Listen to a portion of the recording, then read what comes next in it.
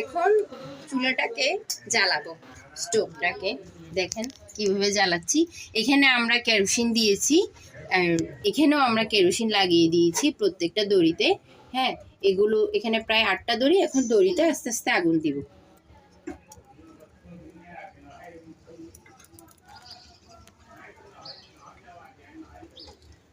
এবার আমাদের চুলাটা বসিয়ে দিব। দেখেন খুব সুন্দর করে আগুন জ্বলছে। এখন ওই ডেক্সিটা বসাই দেন। হ্যাঁ, এখন যেখানে রান্না হবে সেটা বসাই দিব। সেই পাত্রটা বসাই দিচ্ছি, আমরা বসিয়ে দিয়েছি। এখন সব থেকে বড় বিষয় হচ্ছে আমরা চুলা বড় কিভাবে করব, ছোট কিভাবে করব। এটা দিয়ে আমরা চুলাটাকে বড় করব, আবার ছোটও করতে পারবো। হ্যাঁ, তাহলে এখন আমাদের আস্তে আস্তে এখানে তাপ রান্না, হ্যাঁ গরম হচ্ছে, গরম হচ্ছে। হ্যাঁ, গরম হয়ে গেছে। আস্তে আস্তে এখানে আমাদের রান্না গেলে কার্যক্রম শুরু হবে। আমরা এখানে ডাল রান্না করব আজকে, মুগ ডাল ভুনা করব।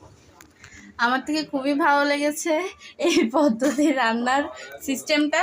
তো এখন তো দেখছো তোমরা এখানে কি বলে রান্নার জন্য কি বসেছি, দেখছি পাত্র। হ্যাঁ, সেটা আমরা স্ট্যান্ডার্ড করে ভিডিও বানাচ্ছি, ডেক্সি বললে হবে, ওখানে পাত্রই বলতে হবে।